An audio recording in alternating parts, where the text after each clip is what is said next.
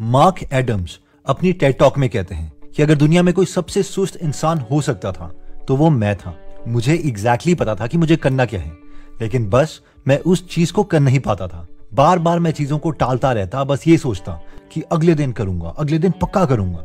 लेकिन सब कुछ तब चेंज हुआ जब एक दिन मार्क की दादी की बीमारी का पता चला कि उन्हें कैंसर हो गया है। तो काफी टाइम तक सब फैमिली वालों ने डिस्कस किया और बाद में जब सबने रियलिटी को एक्सेप्ट कर लिया कि होने क्या वाला है, तो मार्क की दादी ने मार्क से बस एक रिक्वेस्ट करी कि मार्क बेटा, मेरे लिए बस एक चीज कर देना, और वो ये है कि मुझे बचपन में एक गाना बहुत पसंद था। बस जब मैं हॉस्पिटल में जाऊं तो आखिरी टाइम पर मैं इस गाने को सुनना चाहूंगी, इसलिए इस गाने को एक टेप में रिकॉर्ड करके मुझे दे देना। जो लोग नहीं जानते तो ये फोन में गाने से पहले लोग कैसेट प्लेयर का यूज करते थे, जिसके लिए गानों को मैग्नेटिक टेप में रिकॉर्ड किया जाता था। तो मार्क की दादी इसी टेप के बारे में बात कर रही थी। एनीवेज, मार्क ने अपनी दादी से प्रॉमिस किया और कहा, हाँ दादी पक्का, मैं आपको ये टेप रिकॉर्ड करके जल्द से जल्द दूंगा। लेकिन दिन बीतते गए और मार्क एक एक दिन करके इस चीज को टालता रहा और हर रोज उसे उसकी दादी, उसकी माँ का फोन आता कि मार्क क्या टेप रेडी है। वो कहता कल पक्का दूंगा। कभी उसकी दादी का उसे फोन आता, उसकी दादी कहती बेटा अगर वो टेप मिल जाती तो थोड़ा अच्छा लग जाता, उस गाने से मेरी बचपन की कुछ यादें जुड़ी हैं। और मार्क अगेन कहता कि हाँ दादी जी कल पक्का, और वो बस इस चीज को टालता रहा। एक दिन मार्क की माँ का फोन आया और उन्होंने कहा, मार्क जो वो टेप तुम्हारी दादी मांग रही थी ना, वो अब रहने देना। इस पर मार्क ने पूछा, क्यों माँ, मैं आपको कल पक्का दूंगा ना। इस पर उसकी माँ ने कहा, नहीं अब इसकी जरूरत नहीं पड़ेगी, तुम्हारी दादी जी अब इस दुनिया में नहीं है। उस वक्त मार्क और उसके ब्रदर बहुत इमोशनल हो गए और उन्होंने डिसाइड किया कि बस अब हो गया, हमने अपनी 95% लाइफ बस जिंदगी के डिसीजंस को टाला है, लेकिन अब नहीं, अब हम चेंज होंगे। और उन्होंने जब बहुत इंट्रोस्पेक्ट किया तो उन्हें प्रोडक्टिविटी को इंक्रीज करने के तरीके पता चले, जिसमें सबसे पहला स्टेप था मेक फियर योर फ्रेंड। ये स्टेप कहता है कि खुद को इतना डरा दो कि अगर हम वो एक्शन नहीं लेते जो हमें लेना चाहिए तो हम ऑलमोस्ट फियरफुल हो जाएं। इस कॉन्सेप्ट को मूवी द अकाउंटेंट में बहुत अच्छे तरीके से बताया गया है। जिन लोगों ने मूवी नहीं देखी है तो मैं इसकी स्टोरी लाइन को थोड़ा डिस्क्राइब कर देता हूँ। एक कैरेक्टर है जिसका नाम है क्रिश्चियन वॉल्फ। वो एक ऐसा बच्चा है जिसे सेंसरी प्रोसेसिंग डिसऑर्डर है। इसका छोटा सा एग्जाम्पल जो मूवी में दिखाया गया है वो ये है कि जिस वक्त पर ये पजल सॉल्व कर रहा होता है, अगर एक पजल का पीस भी इसे ना मिले तो उसे बहुत ही ज्यादा एंजाइटी होने लगती है, ये ऑलमोस्ट पागल होने लगता है। और इसके लिए क्रिश्चियन को एक क्लिनिक लाया जाता है जहां पर डॉक्टर की बेटी जस्टिन को भी ऑलमोस्ट सिमिलर बीमारी है, जिसे उसके डैड जो कि डॉक्टर हैं उसे ट्रीट कर रहे हैं। लेकिन जब क्रिश्चियन के डैड को क्रिश्चियन की बीमारी का पता चलता है तो वो बोलते हैं अगर इसे किसी चीज से डर है तो इसे बार बार उसी चीज को फेस करना पड़ेगा, उस चीज से छुप के कुछ भी नहीं होगा। वो ऐसा इसलिए बोलते हैं क्योंकि उनकी वाइफ उन्हें छोड़कर चली गई है और वो अपने बेटे के फ्यूचर को लेकर डर रहे हैं और यही सोचते हैं कि अभी से ये प्रॉब्लम्स फेस करनी पड़ेंगी। ये एक सीन है जिसमें क्रिश्चियन अपने डैड के साथ कार में बैठा है क्योंकि वो कुछ लड़कों से मार खा के आया है। उसके डैड उसे बोलते हैं कि अगर तू ये सोच रहा है कि अगर तू चुप रहेगा, सबसे अलग रहेगा, तो तुझे कोई भी तंग नहीं करेगा, तो ये तेरी गलत सोच है। तुझे अपनी प्रॉब्लम्स को अभी फेस करना पड़ेगा, तू उन्हें टाल नहीं सकता। और उसके बाद क्रिश्चियन बाहर निकलता है और उन लड़कों का मुकाबला करता है।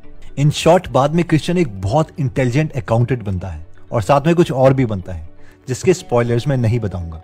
बट लास्ट सीन में यह दिखाया गया है कि जस्टिन जो कि डॉक्टर की बेटी थी अभी भी पूरी तरीके से ठीक नहीं हुई है और कंप्यूटर की मदद से किसी तरीके से बस अपनी लाइफ गुजार रही है। इन शॉर्ट, लर्निंग ये है कि क्रिश्चियन के डैड का जो डर था क्रिश्चियन के फ्यूचर को लेके, जिसकी वजह से उन्होंने अपने बेटे को फियर फेस करने को कहा और वो उसके बहुत काम आया।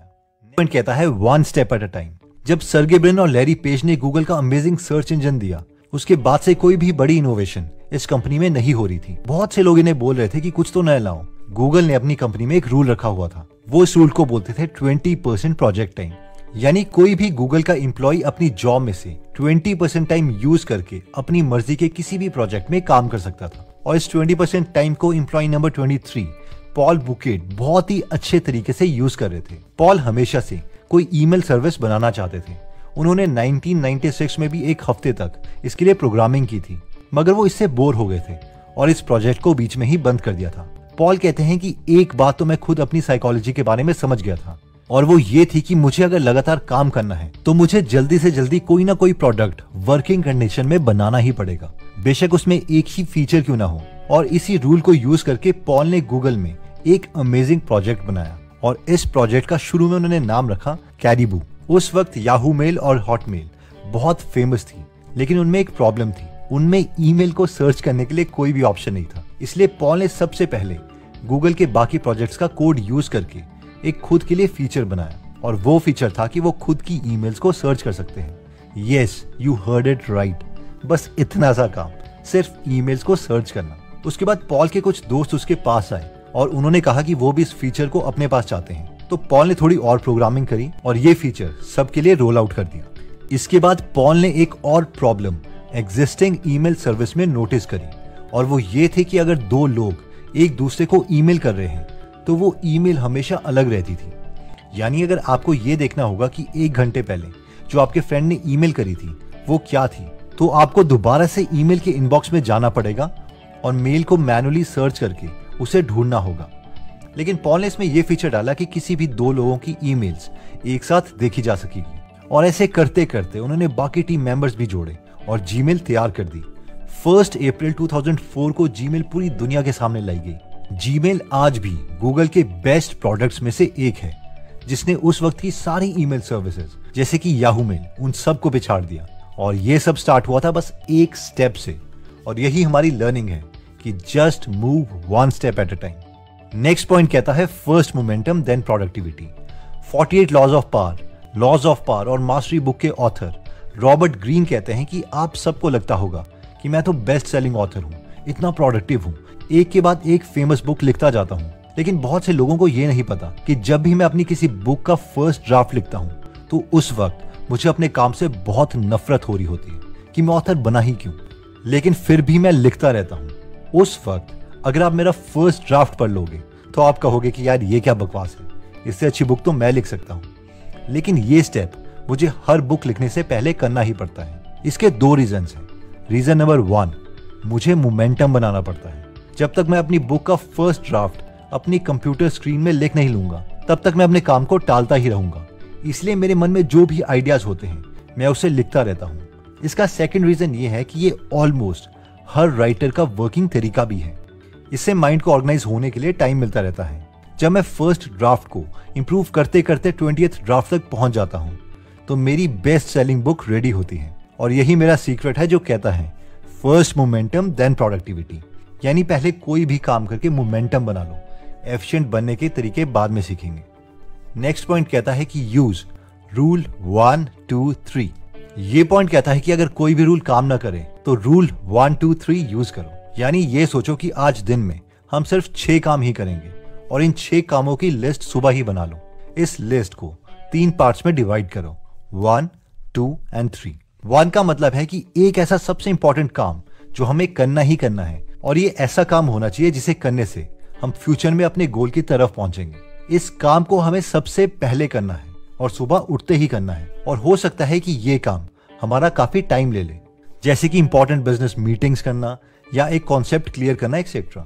2 का मतलब है कि हमें 2 ऐसे काम लिखने हैं जो मीडियम इंपॉर्टेंस लेवल के हैं, जैसे कि आज होमवर्क करना है या आज मार्केटिंग कैंपेन स्टार्ट करना है। और फाइनली 3 का मतलब है कि 3 ऐसे काम जो जरूरी हैं लेकिन इन्हें किसी और से भी करवाया जा सकता है, या हम ना भी करेंगे तो भी चलेगा, जैसे कि कपड़ों को ड्राई क्लीन करने के लिए देना, बाजार से सब्जी लाना, एक्सेट्रा। और अगर हम इन कामों को इन ऑर्डर में करते हैं तो 1 साल में हम 37.78 टाइम्स तक इंप्रूव कर सकते हैं। तो एक बार हम इस वीडियो को जल्दी से रिवाइज कर लेते हैं ताकि फाइनली हम इसी लर्निंग्स पर एक्शन ले सकें। तो सबसे पहले हमने वीडियो स्टार्ट करी थी मार्क एडम्स के टेड टॉक से कि कैसे वो जिंदगी भर हर काम को टालते रहे, इवन कि उन्होंने अपनी दादी को उनके डेथ बेड में भी उनके फेवरेट सॉन्ग की टेप नहीं दी और वो गुजर गई।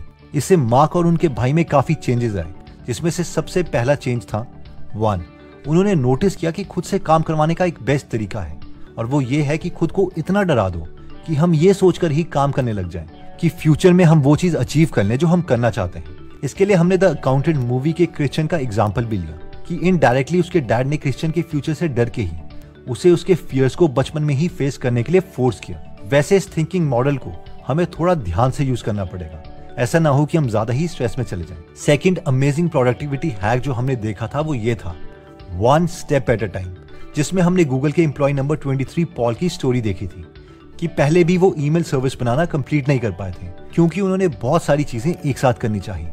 लेकिन गूगल ज्वाइन करने के बाद उन्होंने एक एक फीचर बिल्ड करना स्टार्ट करा और जीमेल को लॉन्च कर दिया, जो आज पूरी दुनिया के लोग यूज कर रहे हैं। थर्ड पॉइंट में हमने देखा था कि फर्स्ट मोमेंटम देन प्रोडक्टिविटी, जिसमें हमने 48 लॉज ऑफ पावर बुक के ऑथर रॉबर्ट ग्रीन की स्टोरी देखी थी कि वो इतनी बेस्ट सेलर बुक्स लिखने के बावजूद बहुत फ्रस्ट्रेट होते हैं अपना फर्स्ट ड्राफ्ट लिखने के लिए, लेकिन इसके बावजूद वो उसे करते हैं ताकि मोमेंटम बन जाए, और एक बार मोमेंटम बन जाएगा उसके बाद उसी ड्राफ्ट को इंप्रूव करते करते वो अपनी बेस्ट सेलिंग बुक्स लिखते हैं। फाइनली फोर्थ पॉइंट में हमने देखा था कि यूज द रूल 1, 2 एंड 3। अब होता यह है कि हम सोच लेते हैं कि आज पता नहीं हम क्या क्या कर लेंगे, बट फाइनली दिन के एंड में पता चलता है कि आज तो हमने कुछ भी नहीं किया। इसीलिए अगर हम खुद को रिस्ट्रिक्ट कर दें कि आज हम 6 ही चीजें करेंगे और इन 6 चीजों की लिस्ट सुबह ही बना लें, तो हम ज्यादा प्रोडक्टिव बन सकते हैं। दोस्तों, और भी बहुत ज्यादा अमेजिंग बुक्स प्रोडक्टिविटी पर लिखी जा चुकी हैं, जैसे कि deep work, eat that frog, 1 minute manager, checklist manifesto etcetera.